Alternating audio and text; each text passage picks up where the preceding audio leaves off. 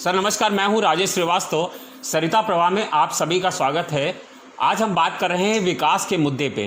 विकास जो कानपुर के बेगरू का हिस्ट्री सीटर था, उसको कल पुलिस ने एक एनकाउंटर में मार गिराया जा रहा है। जैसा कि बताया जा रहा है कि उज्जैन से उसे लेकर के पुलिस चली थी, लेकिन कानपुर आते आते उसकी गाड़ी भी बदली और उसकी ज़िंदगी जो उसने आत्मसमर्पण किया था, उसके बाद उसे मौत के घाट उतारा गया, उसका एनकाउंटर किया गया। जिस तरह की कहानी पुलिस ने बताई है और जिस पर चर्चाएं उसकी मौत के बाद से ही लगातार शुरू हो गई हैं और तमाम विपक्ष सवाल उठा रहा है सरकार के मुद्दे पर, तमाम संगठन सवाल उठा रहे हैं, मानवाधिकार आयोग सवाल उठा रहा है, कुछ लोग सुप्रीम कोर्ट भी गए हैं इस पर न्याय याचिका को लेकर के। इसी सब मुद्दों पर बातचीत करने के लिए हमारे साथ हैं कांग्रेस के प्रवक्ता हिलाल निकवी, वरिष्ठ पत्रकार के विक्रम राव और श्यामल त्रिपाठी। इसके अलावा साथ साथ हमारे साथ जुड़ेंगे भाजपा के वरिष्ठ प्रवक्ता हरीश चंद्र श्रीवास्तव। सबसे पहले हम बात करेंगे कांग्रेस के हिलाल नकवी से। हिलाल सर, जिस तरह का विकास का एनकाउंटर हुआ, उसको लेकर के ही तमाम सारे विवाद खड़े हो रहे हैं। योगी सरकार शुरू से कह रही है कि हम जीरो टॉलरेंस की नीति अपना रहे हैं, अपराधियों के साथ अपराधियों जैसा सलूक होना चाहिए, बिल्कुल वैसा ही सलूक होना चाहिए। लेकिन जिस तरह से सड़कों, क्या ऐसा सलूक होना चाहिए कि न्याय सड़कों पर होगा? देखिए, इसमें कोई शक नहीं है कि विकास दुबे का जिस तरह का उनका पूरा अगर आप काल देखें तो उसके अंदर पिछले 30 साल से वो एक जिस तरह के आपराधिक गतिविधियों में वो जुड़े हुए थे, जिस तरह के उनके केसेस थे, 60 के करीब केसेस थे, जिसमें 7 तो हत्याओं के मामले थे।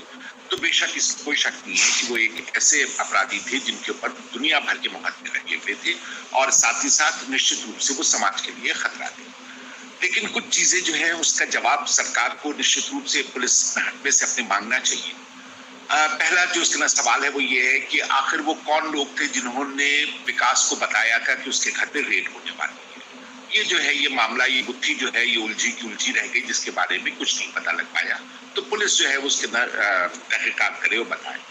दूसरा एक ये बात जो है जो पुलिस स्क्वाड लेकर के आ रहा था, उससे भी पूछना चाहिए कि वो विकास जिसने कि अपने आप को इतनी जोर शोर के साथ गिरफ्तारी की थी कि मैं विकास हूँ, मैं कानपुर वाला विकास हूँ, वहां पे बाकायदा एक उज्जैन के इतने बड़े मंदिर में जाकर के वहां सबके सामने उसने अपने आप को जो है वो गिरफ्तार कराया।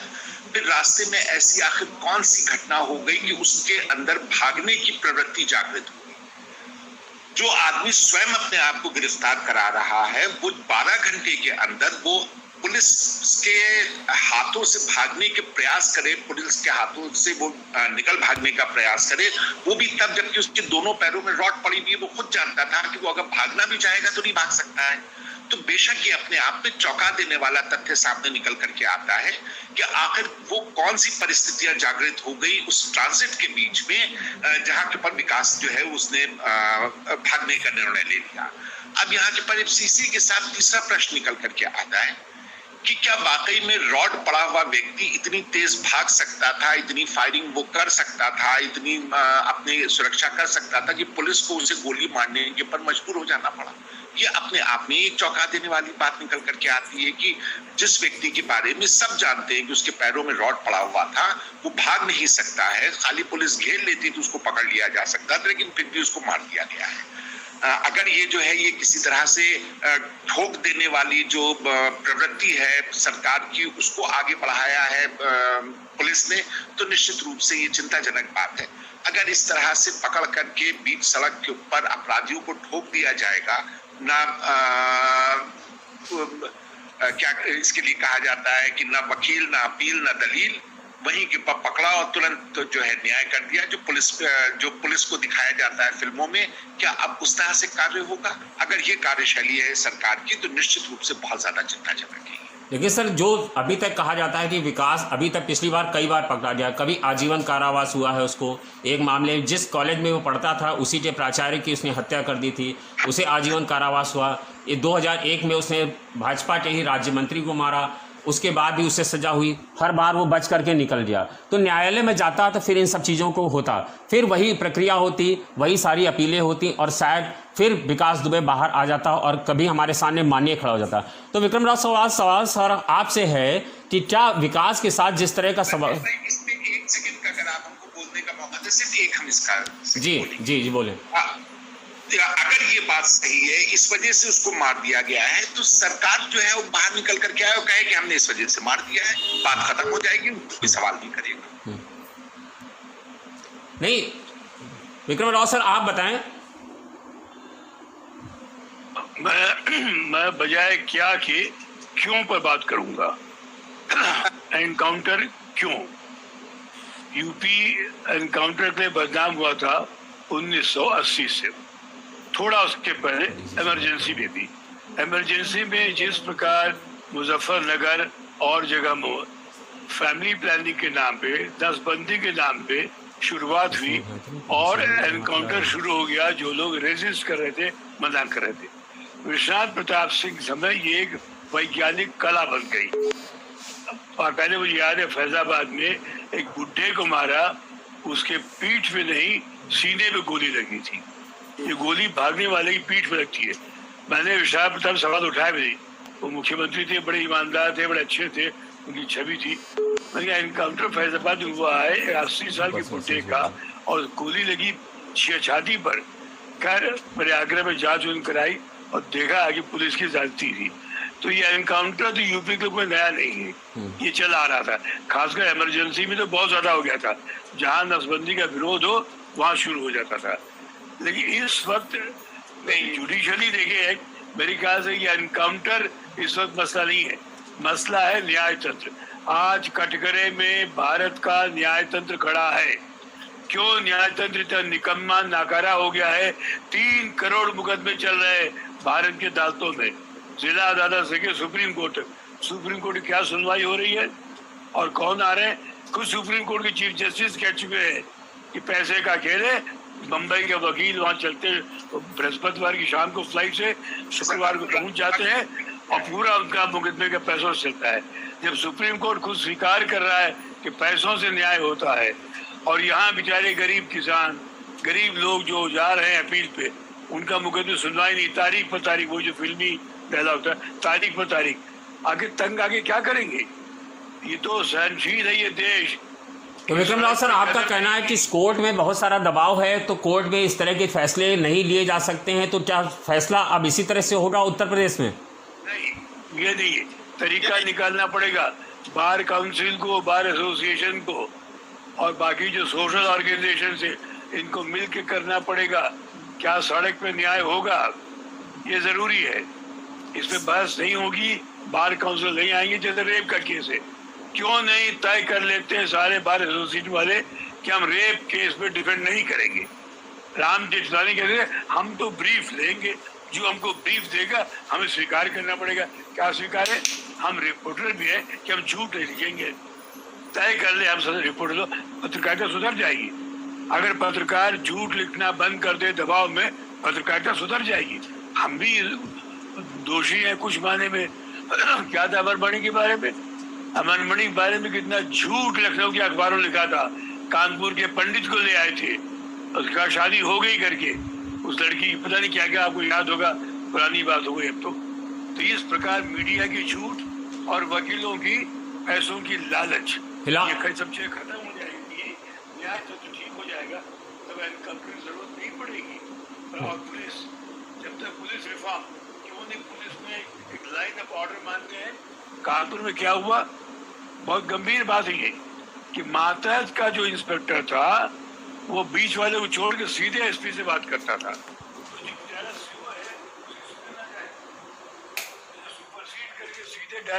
लाइन ऑफ एक्शन हो जाएगा, जूनियर और सीनियर में मिडिल वाला हटा दिया जाएगा, तो नतीजा क्या होगा? इनडिसिप्लिन। और यूपी में ये बीमारी आजादी की बात से रही है, गोविंद वल्लभ पंत की समझ रही है ये कि हमेशा पुलिस को मोटिवेट किया है, अपने लोगों को रखा है। आपको याद है, मैं बताऊं, आजादी के बाद बाकायदे बाबू संपूर्णा ने लिखा इस चीज को, जो पुलिस वाले अंग्रेजों की मदद करते थे, सत्याग्रहियों को मारते थे, उन सबको बढ़िया नौकरी मिली, बढ़िया पोस्टिंग मिली आजादी के बाद। जिसने गोविंद वल्लभ पंत की गर्दन तोड़ी त्रिपाठी ने, वो बढ़िया डीएसपी होकर लखनऊ आया था। तो एक कल्चर होता है। अल्जीरिया में क्या हुआ? अल्जीरिया में हर घर से गोली, फ्रांस की गोली से मरा था। अहमद बिन बेला, यूसुफ बिन गड्डा, सब जेल जा चुके हैं। अहमद बिन बिलाल ने कहा था हमारे यहाँ जो फ्रेंच का सपोर्टर रहा है वो नहीं रहेगा, देश छोड़ के चला जाए। क्यों नहीं वायरल हुआ कि अंग्रेजों के जो भक्त थे काले लोग, उनको क्यों नहीं बर्खास्त किया गया पुलिस सर्विस से?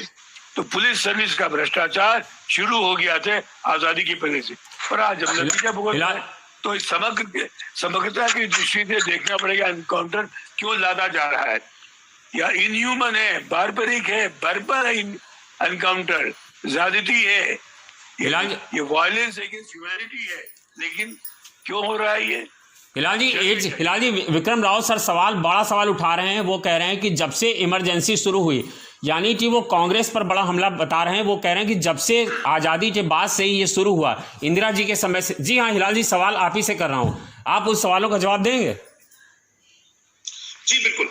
राव साहब देखिए बहुत सीनियर पत्रकार हैं, और वो अगर इस तरह की बात कह रहे हैं तो उसको नकारने के लिए बहुत, जब तक कि हम अपनी तरफ पूरी तरह से श्योर नहीं होंगे नहीं कहेंगे। जो इमरजेंसी के दौर में नसबंदी को लेके कहा कि जिसने मना किया उसका एनकाउंटर कर दिया गया, ये अतिशयोक्ति है। अतिशयोक्ति के अलावा कुछ भी नहीं है। ऐसा एक भी केस अगर राव साहब जो है वो बता देंगे तो हम जरूर उसके होएगा कि किसी को नसबंदी के लिए मना कर दिया, उसको जो है वो गोली से मार दिया गया। ऐसा ये जो है ये बात जायज नहीं है। वीपी सिंह साहब की जो बात कही है कि उस वक्त के ऊपर हुआ था इस एनकाउंटर में, हाँ ये बात सही है कि उस वक्त से जो है वो जब डकैतों का मामला आया था, चला था, उस वक्त जो है एनकाउंटर शुरू हुए थे, बहुत ज्यादा एनकाउंटर्स किए गए थे, इसमें कोई शक नहीं है। लेकिन हम जो है वो किसी भी एनकाउंटर को, चाहे वो अगर हम आपकी बात मान लेते हैं कि नसबंदी के कारण एनकाउंटर कर दिया गया था, या वीपी सिंह साहब ने किसी को पकड़ करके एनकाउंटर कर दिया गया, या आज की तारीख में अगर हम इनके तुर्कमान गेट में क्या हुआ था, चीज को जो गलत है उसको हम सही, तुर्कमान गेट में क्या हुआ था, एक नहीं 1100 इस तरह। मौलाना बुखारी ने कहा था मारा गया है वहां, याद है आपको? एक नहीं, आप 1101 केसेस इस तरह के बता दीजिए, लेकिन उसको आप सही नहीं कह सकते। Two wrongs not make a right. ये एक बहुत साफ सी बात है कि आप ये कहते कि क्योंकि सन 80 में वीपी सिंह साहब ने कराया था, या कल्याण सिंह जी ने जो है वो बहुत से कराए हैं एनकाउंटर, या अभी की बात करिए कि योगी जी के समय के ऊपर जो है वो बच्चा मार दिया गया था, एनकाउंटर के अंदर ही मार दिया गया था। हम सब लोगों को बहुत अच्छी तरह से याद है, एक बच्चे को गोली मार दी गई थी। तो इसकी वजह से क्या कहते हैं कि क्योंकि तब हुआ था इस वजह से अब एनकाउंटर सही है। ये सर हमारे बीच में भारतीय जनता पार्टी के वरिष्ठ प्रवक्ता हरीश चंद्र श्रीवास्तव जी आ गए।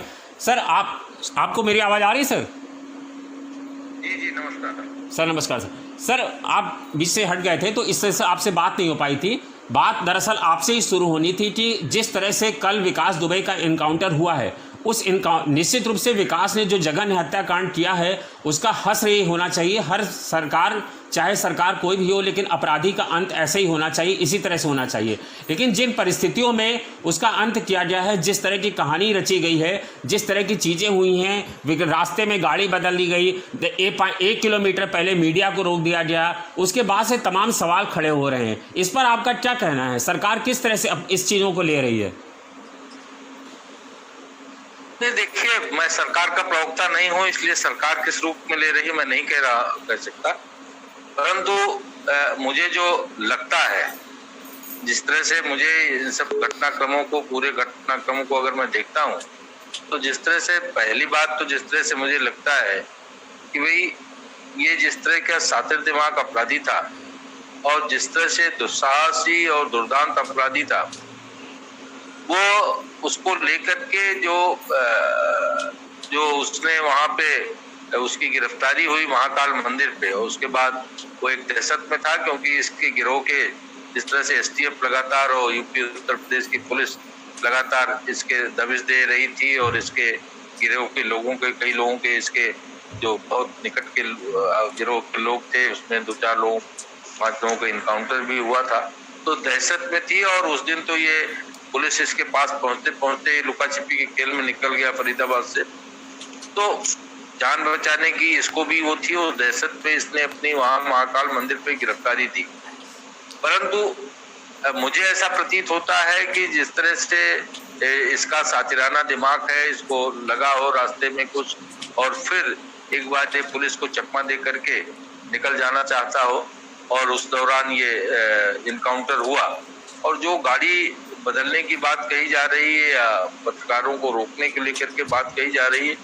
कल एक विक्रम सिंह साहब का या किसी का मैं वो सुन रहा था, उन्होंने कहा कि भाई ये एक प्रैक्टिस में है कि ये भी संभव है कि जो लोग आ रहे हैं, दूसरे गाड़ियों में लोग हैं, उनमें भी कहीं कोई जो ये अपराधी गिरोह के लोग हैं कोई एक्सेस बना सकते हैं, पत्रकार के रूप में बना सकते हैं, कुछ इस तरह से भी कर सकते हैं। और गाड़ी बदलने की बात उन्होंने कही थी कि इस तरह के ऑपरेशंस में गाड़ी भी बदली जाती है। तो जो एक विशेषज्ञ की राय है, जैसा मैंने सुना था, वो उन्होंने ये बात कही थी। और तो ये बात जो सवाल उठ रहे हैं, विक्रम राव साहब तो बहुत सीनियर जर्नलिस्ट हैं और इसमें सभी हिलाल साहब भी बहुत ही प्रबुद्ध लोगों में हैं। आप मुझे बताइए कि जिस तरह की इसकी हरकतें थी, जिस तरह से ये जितने अपराध जिस तरह से इसने किए, और आज बहुत सारे सवाल ये लोग उठा रहे हैं। 2015 में माननीय उच्चतम न्यायालय ने सभी जिस तरह के जो भी इनकाउंटर होता है उस पर मानवाधिकार आयोग और मजिस्ट्रेटियल जांच दोनों जांचें होती हैं, सब वो एक सामान्य प्रक्रिया है। तो ये जो जितने लोगों के सवाल हैं, जब ये जांचें मजिस्ट्रेटियल जांच होनी है मानवाधिकार आयोग का कि वहाँ जांच होगी, तो इन लोगों को वो बातें प्रस्तुत करनी चाहिए, वो सवाल, वो ये जो जांच होगी वो एड्रेस करेंगे इस बात को लेकर के। लेकिन जिस तरह का अपराधी था, उसके जिस तरह से उसका आतंक और भय था, आपने देखा होगा कि ये जो शहीद हुए पुलिस विभाग के लोग, 7-8 लोग अधिकारी, डीवाईएसपी सहित, उनके परिजनों की अभिव्यक्ति देखिए, या उस गांव और शिवली के लोगों की अभिव्यक्ति देखिए जहां इसने दर्जनों हत्याएं की थी, और उन लोगों ने एक सेंस ऑफ रिलीफ महसूस किया इसके बाद में। इसके अलावा भी अनेक बातें इस अपराधी को लेकर के आई। तो दो चीजें, एक तो जो बात कह रहे थे हिलाल साहब या कांग्रेस के लोग जो बात उठा रहे हैं जांच की, उसके तहत जो सुप्रीम कोर्ट द्वारा एक प्रोसीजर तय है कि मानवाधिकार आयोग जांच करेगा, मजिस्ट्रेटियल इंक्वायरी होगी, तो जो सवालात हैं लोगों को वो उनको प्रस्तुत करना चाहिए। और जी हिलाल साहब कुछ कहना चाहते हैं? हरीश भाई, हमारे से आपसे इतना कहना, देखिए आप बहुत ही एक सीनियर प्रवक्ता हैं और आप सही बात को कहने में आपको कभी कोई झिझक नहीं हुई है। अगर जिस तरह से ये हुआ है एनकाउंटर, और जिस तरह से कानून जो है वो साफ दिखाई दे रहा है कि जो कानून की प्रक्रिया है वो पूरी नहीं हो रही। देखिए ये बात आप भी बहुत अच्छी तरह से जानते हैं। एक आदमी जिसके दोनों पैरों में रॉड लगा है, 10 घंटे पहले उसने अपने आप को स्वयं जो है वो सरेंडर किया है, गिरफ्तार भी नहीं किया गया था, सरेंडर उसने किया था। उसके बाद फिर उसके साथ जिस तरह से वो एनकाउंटर हुआ है, ये अपने आप में कोई बहुत अच्छी न्याय प्रक्रिया नहीं हो सकती है। ये जो है ये अपने आप में कहीं ना कहीं जो पुलिस का महकमा है, जो आज आप देखिए सत्ता में है, कल आप सत्ता में नहीं रहेंगे, लेकिन पुलिस हमेशा रहेगी। तो ऐसे में पुलिस के साथ अगर राजनीतिक दल खड़े हो जाते हैं इस वजह से क्योंकि हमारी सत्ता है, देखिए आप पुलिस वाले नहीं है, भारतीय जनता पार्टी एक राजनीतिक दल है, आप प्रशासन नहीं है, आप पुलिस नहीं है। और अगर पुलिस जो है वो इस तरह से पकड़ करके सड़क पर न्याय करेगी तो हरीश जी ये हमको और आपको दोनों को कहीं ना कहीं तकलीफ देगा। आज हो सकता है आप सत्ता पक्ष में तो आपको ना तकलीफ दे रहा हो, आज हो सकता है आप जो है वो किसी राजनीतिक मजबूरियों से ये बात नहीं कह पा रहे हो कि नहीं पुलिस को उसकी हिफाजत करनी चाहिए थी, वो कैसे भाग सकता है, इसके बारे में पुलिस से पूछताछ होनी चाहिए। ये जो है ये भारतीय जनता पार्टी को कहना चाहिए। आप पुलिस नहीं है, आप पुलिस के प्रवक्ता नहीं है हरीश जी, आप पार्टी के प्रवक्ता हैं और पार्टी आती जाती रहती है। अगर पुलिस बेलगाम हो गई तो जो यहाँ पे हमारे प्रवक्ता भाई लोग बैठे हुए हैं या जो हम पार्टी के अंदर काम कर रहे हैं, किसी के भी साथ ये एनकाउंटर कभी भी हो सकता है और तब फिर जो वहाँ की पॉलिटिकल पार्टी बैठी होगी वो मजबूर होगी पुलिस वालों का साथ। श्यामल जी, हिलाल सर कह रहे हैं और हरीश सर का जो कहना है, उनका कहना है कि वो विकास ने दोबारा भागने की कोशिश की थी गाड़ी से, शायद इसी प्रयास से मारा गया, जो हरीश जी बता रहे हैं। आपको क्या लगता है श्यामल जी, जो आदमी को 4 गार्ड मंदिर के अंदर निहत्थे, जिनके पास कोई हथियार नहीं था, वो लेकर के आराम से मंदिर से पुलिस की चौकी तक गए, क्या वो दोबारा भागने की कोशिश करेगा? देखिए, ये तो एक बड़ा सवाल है कि वास्तव में उसने भागने का प्रयास किया या नहीं किया, लेकिन इसी लाइन में मैं कांग्रेस के प्रवक्ता महोदय से जानना चाहूँगा कि हरियाणा के एक होटल में जब ये विकास दुबे ठहरा था, तो कुछ फुटेज मीडिया में आया था कि पुलिस की जानकारी मिलते ही वो वहाँ से तुरंत भाग गया, बड़ी तेजी में वहाँ से भी भागा था। तो भागने का काम तो विकास दुबे बहुत तेजी से कर रहा था और 8 दिन से लगातार भाग ही रहा था वो, और पैरों में राड भी लगी थी, सब कुछ था, गाड़ी से भागता था, पैदल भागता था, जैसे ही भागता था। रही बात वहाँ 4 सुरक्षा गार्डों के बीच में अपने आप को हैंड ओवर करने की, तो ये तो पहले से उनके हाव भाव से, विकास दुबे के हाव भाव से लग रहा था कि ये महाकाल के दर्शन के बाद वहाँ यही काम करने ही आए थे। लेकिन जो पुलिस की थ्योरी अभी तक समझाई जा रही है, पुलिस की थ्योरी में एक चीज़ बताई गई कि भाई बारिश हो रही थी, ये सारी मीडिया को पता है कि हाँ बारिश हो रही थी, एक जानवर आ गए सामने और गाड़ी डिसबैलेंस हो गई। तो होता क्या है, जब जो व्यक्ति क्रिमिनल माइंड का होता है तो वो कब क्या सोचेगा, ये किसी कानून की किताब में नहीं लिखा है, और इसे हम किसी व्याख्यान में बैठ के इस पर बहस नहीं कर सकते कि विकास दुबे ने मध्य प्रदेश में क्या सोचा था और यूपी के कानपुर आते आते उसने क्या सोच लिया। हम ही अगर सपोज कीजिए 1 मिनट के लिए कि अगर हम विकास दुबे हैं, हमने अपने आप को सरेंडर किया, लेकिन कहीं ना कहीं गाड़ी पलटने के बाद अगर मौका मुझे दिखाई देगा कि हाँ ये मौका है, थोड़ा सा मौका है, इसमें मैं छोटा सा प्रयास करूंगा, तो निकल भागूंगा। हो सकता है कि विकास दुबे ने वो प्रयास किया हो, देखिए अभी हंसने वाली बात नहीं है। दूसरी बात, बहुत बड़ी बात है कि कांग्रेस से लेके बाकी सारे राजनीतिक दलों ने विकास दुबे के इस तरह के एनकाउंटर पे बड़ा दुख व्यक्त किया है, लेकिन जब हमारे 8 सिपाही मारे गए तो बहुत कम पार्टियों के लोग बोल पाए।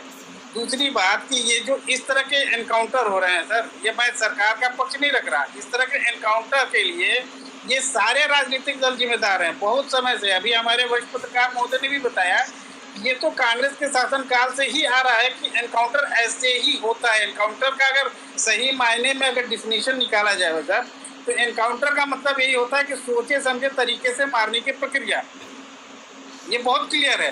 ये भाजपा में आके विक्रम राव सर, सवाल आपसे है। एक सवाल राजेश भाई, एक सवाल की इजाजत दे दीजिए। इतने लंबे पुलिस के इतिहास में सरेंडर किया हुआ व्यक्ति पुलिस की जीप से लाया जा रहा हो, उसने भागने का प्रयास किया हो और उसका एनकाउंटर हो गया हो, इसका कोई दूसरा उदाहरण देते हैं? आप लोग पत्रकार हैं, बहुत लंबे समय से इस चीज को देखते हुए चले आ रहे हैं कि जिससे खुद ने सरेंडर किया हो, पकड़ा गया नहीं, जिससे सरेंडर किया हो वो जो है वो इस तरह से। एक आध और उदाहरण, देखिए हम अपनी बात पूरी कर ले, फिर आप बोलिएगा। दूसरी बात यह है कि सहानुभूति विकास से बिल्कुल नहीं है। सहानुभूति जो है वो उन लोगों से है जो जीवित रह गए और उसमें हम और आप मौजूद हैं। सहानुभूति इस बात से है कि अगर सड़क के ऊपर इस तरह से न्याय होगा तो उसके अंदर कितने बेकसूर मारे जाएंगे, जिसके अंदर अभी एक उदाहरण दिया कि एक बुढ़े व्यक्ति जो था 80 साल का व्यक्ति, उसको मार दिया गया था। इसी तरह का सवाल निकलता है जब योगी जी की सरकार में एक बच्चे को मार दिया गया था। तो जो एनकाउंटर की प्रवृत्ति, सवाल उस पर है। विकास दुबे के ऊपर कोई क्यों सवाल करेगा? विकास दुबे जो है वो जाहिर सी बात है, अगर किसी को खुशी या अफसोस होगा तो वो सरकार को होगी, क्योंकि खुशी इसलिए होनी चाहिए कि सरकार के अपने राज्य मंत्री को थाने के अंदर मार दिया गया था, तब भी उस पर एनएसए नहीं लगाया गया था। तो आज वो मार दिया गया है तो इस भारतीय जनता पार्टी को निश्चित रूप से खुशी होनी चाहिए इस चीज को लेकर के, और अफसोस भी इस बात का उनको होना चाहिए कि उनकी पुलिस जो है आज की तारीख में उसके ऊपर प्रश्न चिन्ह लग रहे हैं। विकास दुबे के ऊपर किसी को क्या मतलब है? आज जब पुलिस वाले मारे गए, सबने कहा, किसने नहीं कहा, हर कोई कह रहा था विकास दुबे को गिरफ्तार करें। तो चीजों को जो है वो अलग अलग रखिए। शामिल जी, एक मिनट, विक्रम राव सर कुछ कहना चाहते हैं जिसके अंदर राजनीतिक पार्टी को, योगी साहब राजनीतिक पार्टी को विकास दुबे से हमदर्दी है, बहुत ही मजाक का खेज जो है। हिलाल सर, विक्रम राव जी कुछ कहना चाहते हैं? हाँ सर बोलिए।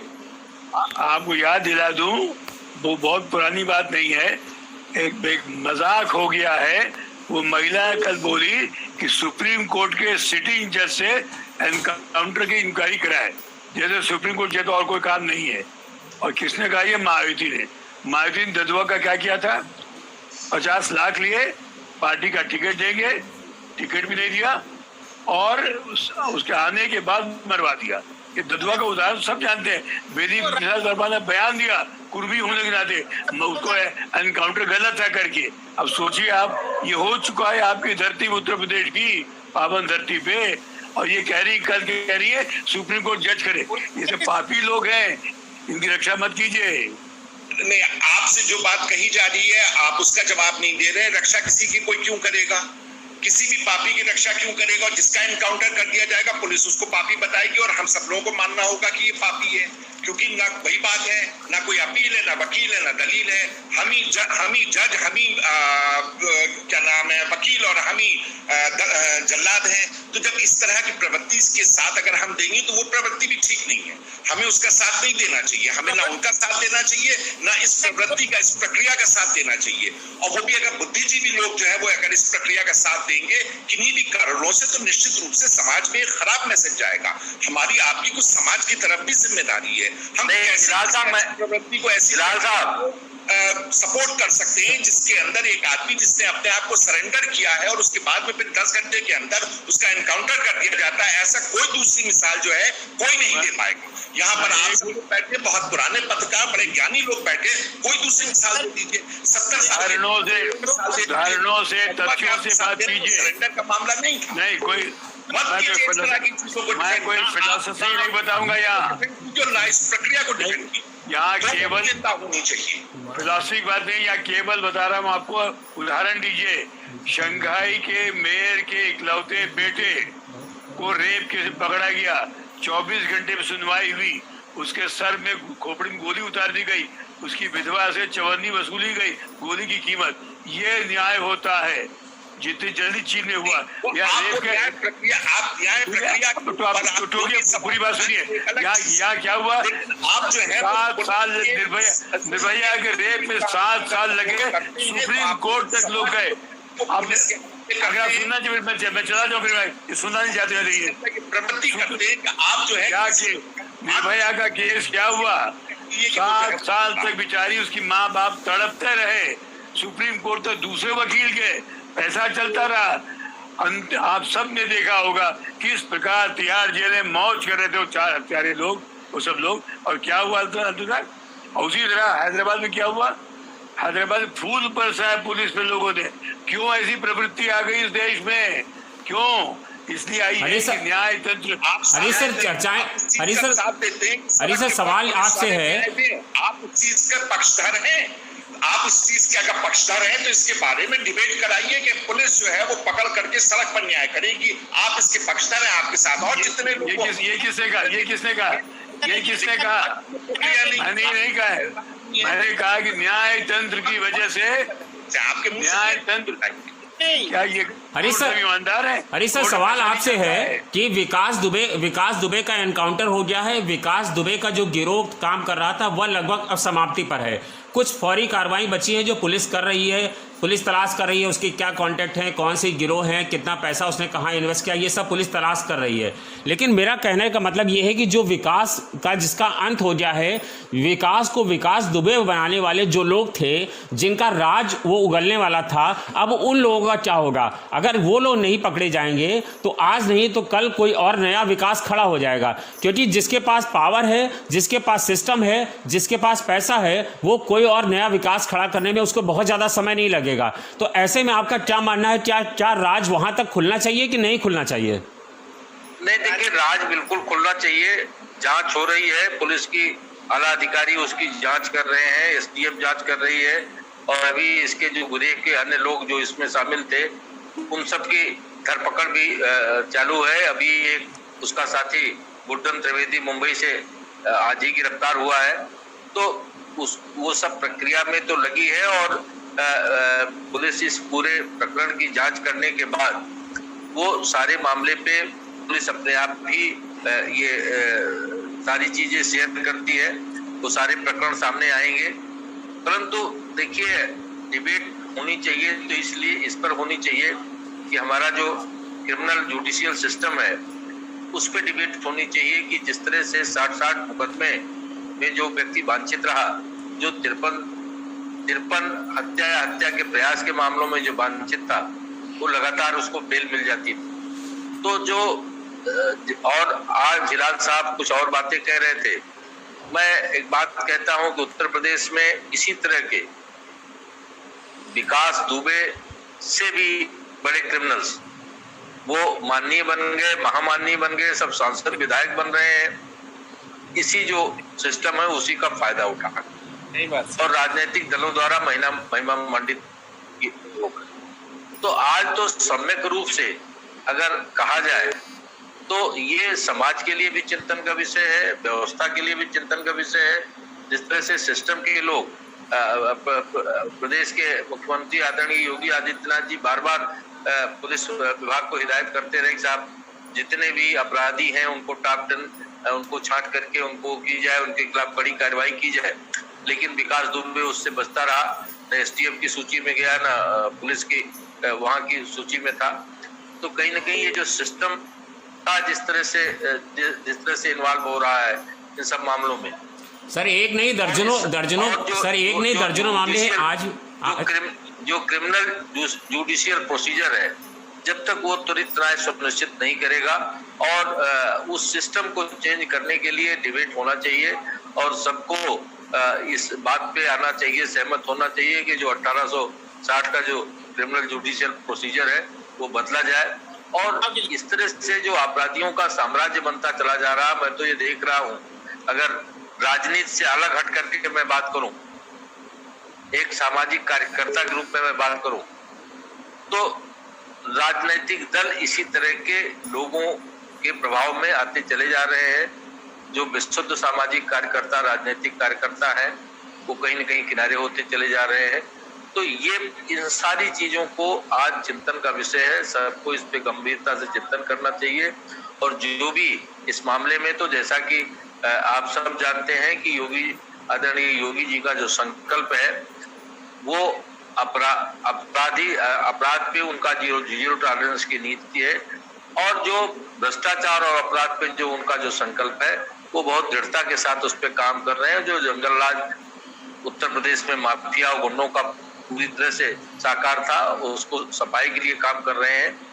तो उस पे हम सबको भरोसा करना चाहिए और जो प्रोसीजरल जो चीजें हैं जिस पे आज डिबेट होना चाहिए, डिबेट तो इस बात पे होना चाहिए कि आखिर ये जो हमारा क्रिमिनल जुडिशियल प्रोसीजर है इसमें क्या बदलाव की जरूरत है, जिससे जो ये अपराधी हैं, जो ये गुंडे हैं, जो ये माफिया हैं, इनको त्वरित इनको सजा हो सके और इनके अपराधों की सजा इनको हो सके। जो ये बार बार जमानत करा लेते हैं, छूट जाते हैं, कई हत्या के जघन्य हत्याओं के केस में कोर्ट ने उनको बरी कर दिया पूरी तरह से। अब कोर्ट ये नहीं देख रही, कोर्ट पर एक एविडेंस नहीं मिला, हमने बरी कर दिया। आप ये बताइए कि किसी के ऊपर 100-200 गोली चली, वो गोली क्या आसमान से बरसी? तो ये बहुत सारे जो सवाल हैं उन सवालों के आज एड्रेस होने की जरूरत है। हम सबको राजनीतिक दल और इनसे अलग हट करके जो एक स्वस्थ व्यवस्था है उस पे एक स्वस्थ डिबेट और एक स्वस्थ चिंतन होना चाहिए, ऐसा मेरा मत है। राजेश जी।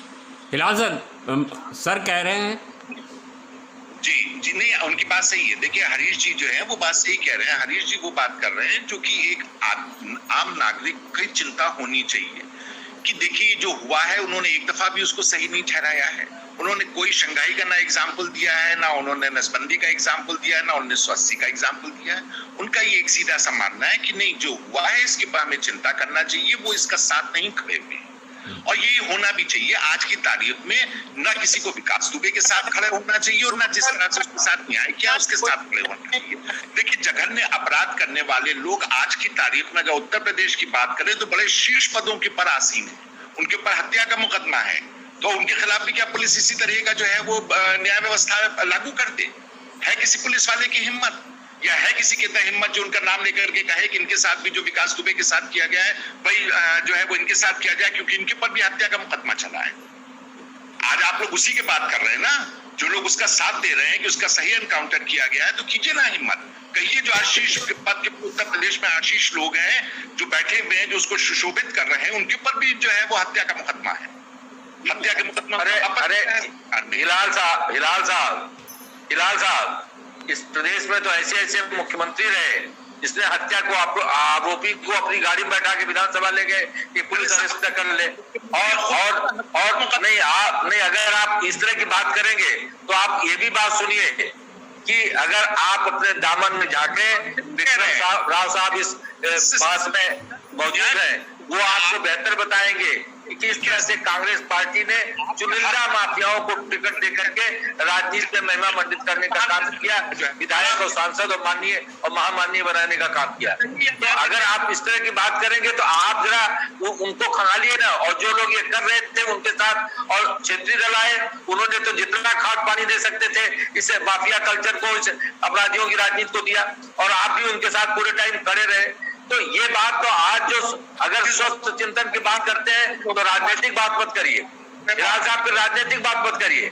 और अगर राजनीतिक बात करेंगे तो उसका जवाब यह है कि सबसे ज्यादा अगर इसका कोई दोषी है इस तरह की राजनीति का, तो वो कांग्रेस दोषी है। और उसके बाद सपा बसपा ने जिस तरह की राजनीति की, कोई उत्तर प्रदेश के लोगों से छिपा नहीं है। तो अगर स्वस्थ चिंतन करेंगे तो जो बात मैं कह रहा था उस पर चिंतन करिए, और अन्यथा राजनीतिक एंगल पे बात करेंगे तो इसमें कांग्रेस हो, सपा हो, बसपा हो, सब इसमें डूबे नहाए हुए हैं। सबने इसके गंगोत्री में अपराध के स्नान किया है, और सबको आत्मचिंतन करने की जरूरत है। और इस तरह से सवाल उठाने के बजाय अगर सब लोग अपना आत्मचिंतन कर ले तो मुझे लगता है कि इस तरह का जो अपराध है, जो इस तरह के अपराधी है, वो शायद समाज को इस तरह से त्रस्त न करें, भयाक्रांत न करें, आतंकित न करें। विक्रम राव सर सवाल आपसे है, हरीश जी की बात भी सही है और कांग्रेस अपनी जगह पर अपना सवाल उठा रही है। जब भी कोई इस तरह की घटनाएं होती हैं हम लोग चर्चा करते हैं, बाद में इन सवालों को विराम दे दिया जाता है और बहस अपनी जगह पर पड़ी रहती है। पहली बार कोई अपराधी नहीं आया है, पहली बार कोई इनकाउंटर नहीं हुआ है। बार बार क्यों अपराध और राजनीति का आपस में ऐसा मिला जुला है कि राजनीति में हमेशा अपराधी जो है माननीय बन जाते हैं, बाद में हम सारे तमाम पत्रकार उनके बाहर दरवाजे पर खड़े रहते हैं बाइट लेने के लिए, यस सर करके उनके आगे पीछे घूमते हैं। तो क्या कारण है, क्या होना चाहिए कि राजनीति में अपराध का समावेश ना हो? आजादी के बाद कौन सी पार्टी सबसे पहले सत्ता में आई थी? कांग्रेस पार्टी ने इतने वर्षों तक क्या किया उस पार्टी ने? तो इनसे पूछिए, इनकी पार्टी ने क्या सिद्धांत तय किए, उसने क्या तय किया, परंपराएं क्या इस देश में? साथ भारतीय जनता पार्टी के एक प्रवक्ता है या दो प्रवक्ता है, इस चीज को स्पष्ट करते हैं, क्योंकि हम तो उनको जवाब दे रहे हैं पत्रकार समझ करके, लेकिन वो सब सवाल कर रहे हैं एक पार्टी के प्रवक्ता होकर के। नहीं सर, के विक्रम राव के बारे में, सर के विक्रम राव जी के बारे में सब जानते हो, वरिष्ठ प्रवक्ता अलग होगा और पार्टी का जो प्रवक्ता है उसको जवाब अलग मेरा। तो अगर पत्रकार वो एक सर विक्रम राव जी वरिष्ठ पत्रकार हैं, सब पूरा देश जानता है उनको। कर रही है हिलाल साहब सच का सामना करिए, उसे जानते नहीं है ये करेंगे तो कैसे हुए थे, तो आप बोल रही है आप सॉरी क्या हिलाल सर उनको बोल लेने दीजिए 2 मिनट प्लीज। मैं तैयार नहीं हूँ, ये वाहियात और अदब से बाहर जा रही है, इनको शोभा नहीं देता है। मैं वरिष्ठ बोल रही है, आप एक पार्टी के प्रवक्ता होकर के बात कर रहे हैं, आप जो है हरीश भाई ने उदाहरण दिए हैं, सवाल कर रहा है क्या सिलसिला चल रहा है, सवाल करेंगे आप कांग्रेस सुन लो सर सुन लेने दीजिए, सर सुन लेने दीजिए उनकी बात को। हिलाल जी तो गांधी जी की हत्या किसने की थी, इससे यहाँ से शुरू कीजिए ना। आजादी के बाद गांधी जी की हत्या किसने की थी, वहां से शुरू कीजिए। अगर आपको यही बात करनी है, सही बात उठानी है, तो जो पहला भारत के अंदर जो पहला टेररिस्ट एक्ट हुआ था, हत्या हुई, ये मसला है, क्यों नहीं है सवाल कीजिए। बंटवारा, देश का बंटवारा किसने का, ये भी तय हो जाए। गांधी जी की हत्या से आप बात कीजिए, गांधी जी की जो हत्या हुई है, भारत के बंटवारे से बात होगी, किसने भारत का बंटवारा कराया, इस पर चर्चा हो जाएगी। पत्रकार है, आपको सवाल उठाना है तो आप ही के पूर्वज थे जो सब कर गए थे, सब गांधी जी की हत्या के देश को तोड़ दिया था, उस पर चर्चा होगी। हमेशा भारतीय तो हमारे तो पूर्वज होंगे, हम जो है अपने आपको भारतीय मानते हैं, हमारे बिल्कुल पूर्वज। हिलाल साहब मेरा एक अनुरोध सुन लीजिए। हिलाल साहब, कांग्रेस इतने लंबे कालखंड तक सत्ता में रही है तो सच का सामना तो करना पड़ेगा, ऐसा नहीं है। कांग्रेस देखिए सच का सामना तो करना पड़ेगा, और सच का सामना करने पे अगर रिएक्ट करेंगे तो बात ऐसी नहीं है। सच का सामना करिए, जो कांग्रेस का इतिहास रहा है आखिर आक्रोश से कैसे दूर हो जाएंगे। आप में भारतीय जनता पार्टी के नेता को मार करके जो है इतनी बड़ी पद पे गया, जिसपे आप एनएसए नहीं लगा पाए, जिसपे आप यूपी कोका नहीं लगा पाए, सवाल हम आपसे करेंगे। सवाल हम सिस्टम से करेंगे। नहीं, आप मुझे बताइए, नहीं मैं भी करूंगा सवाल आपसे, मैं भी करूंगा सवाल हमसे कि आप गंगा बहेगी। नहीं, उल्टी गंगा नहीं बहेगी। 2002 में भाजपा की सरकार चली गई थी, 15 साल भाजपा की सरकार नहीं रही। सपा की सरकार के साथ पूरे टाइम आप खड़े रहे, पूरे टाइम सपा की सरकार के साथ आप खड़े रहे। आज तक दिल्ली में वो आपका साथ दे रहे थे, यहाँ आप उनका साथ दे रहे थे। आपने क्या किया था? और आप 17 में भी उनके साथ खड़े रहे, आपने क्या किया? ये बातें मत करिए। आप उस गुलाम में उस गुलाम में आपकी भागीदारी कम नहीं है। रक्षाबंधन वाली पार्टी किसकी? गुलाम में आपकी भागीदारी कम नहीं है। रक्षाबंधन वाली पार्टी सपा के साथ आप खड़े रहे। सपा सरकार ने गुनाहगार के खिलाफ कौन सी कार्रवाई की थी? आप बताएंगे? पार्टी किसके साथ? टाइम आप उसके साथ खड़े रहे, ये बताइए, रक्षाबंधन वाली सरकार पूरे टाइम आप सपा के साथ खड़े रहे, आपने कोई कार्रवाई की? रक्षाबंधन वाली सरकार मैं जो पूछ रहा हूँ उसका जवाब दीजिए ना। आप बताइए ना, सवाल हम पूछेंगे, आप सत्ता में, जवाब आप देंगे। हम भी सवाल पूछेंगे, ऐसा नहीं है। हरीश सर, हम भी हरीश सर, आप जहाँ आपसे भी सवाल होगा, ऐसा नहीं केवल आप सवाल पूछेंगे, नहीं होगा सवाल जनता आपसे भी पूछेगी। हरीश जी सवाल करेगा। सत्ता पक्ष से आपने पूछा, मैंने जवाब दिया कि मजिस्ट्रेटियल इंक्वायरी होगी, मानवाधिकार आयोग इंक्वायरी करेगा, आपने जो प्रश्न है उनसे करिए, वो एड्रेस करेंगे। सत्ता पक्ष का जवाब ये है। हरीश जी हम, लेकिन सच का सामना करने से घबराइए नहीं। हरीश जी सवाल बस, प्रियंका वाड्रा और राहुल गांधी ट्वीट करके बाहर निकल जाएंगे, ऐसा नहीं, उनको भी सच का सामना करना पड़ेगा। हरीश जी सवाल आज ये है कि सवाल विकास पर नहीं है, सवाल ये है, बहस आज इस बात की हो रही है कि विकास जैसे लोगों को खत्म कर दिया गया है, लेकिन विकास जैसे लोग को शरण किसने दी? विकास जैसे लोगों को आश्रय किसने दिया? किसके संरक्षण में विकास दुबे बना? और क्या 2022 में जब भारतीय जनता पार्टी उत्तर प्रदेश में चुनाव में जाएगी तो क्या ऐसा प्रयास करेगी कि भारतीय जनता पार्टी किसी ऐसे अपराधी को टिकट ना दे जिसके ऊपर दाग हैं? क्या इस तरह का राजनीति में प्रयास होना चाहिए और क्या आप लोग इसका प्रयास करेंगे? बिल्कुल प्रयास करेंगे राजेश जी। और जो आपने कहा कि इसके जो संरक्षण देने वाले थे, बहुत सारे लोग बेनकाब हुए हैं, जांच चल रही है, पुलिस की और एसटीएफ दोनों जांच कर रहे हैं। जो भी तथ्य निकल के निष्कर्ष पर पहुंचेगी पुलिस, वो जांच एजेंसी जो भी जांच कर रही है वो आप सबके सामने आएगा। और भारतीय जनता पार्टी हमेशा से राजनीति के अपराधीकरण के खिलाफ रही है। जो भारतीय जनता पार्टी की स्टैंड तब था वो आज भी है, और हमारा पूरा प्रयास होगा कि ये इस तरह के लोग राजनीति से दूर रहें। आप सबका सरिता प्रवाह पे बात करने के लिए बहुत बहुत धन्यवाद। आप सबने बातचीत की, बहुत शुक्रिया। ठीक, धन्यवाद सर, नमस्कार सर। बहुत